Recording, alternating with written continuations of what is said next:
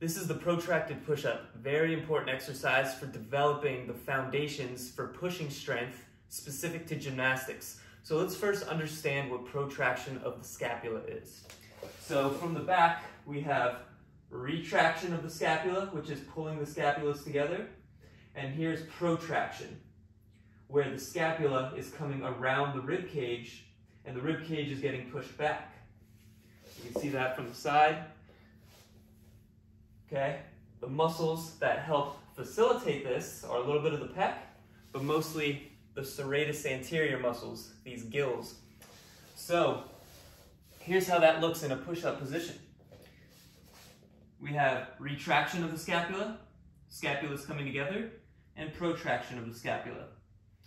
So we want to maintain this position as we push. Now normally in a push-up, people will go down and they'll let the scapula come together in retraction, which is totally fine because that is the full range of motion of the scapula and it allows for a full stretch of the pec.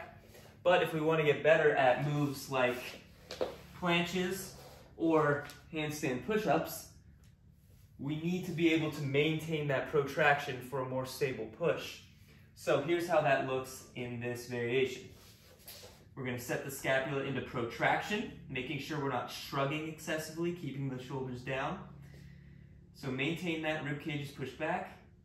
We're keeping the pelvis tucked under and the abs turned on, this hollow position, because this pelvis posterior tilt will help facilitate more of that protraction.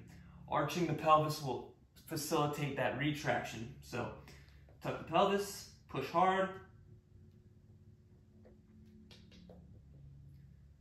and come back up. Okay, notice I'm not really losing that protracted position, right? One more rep.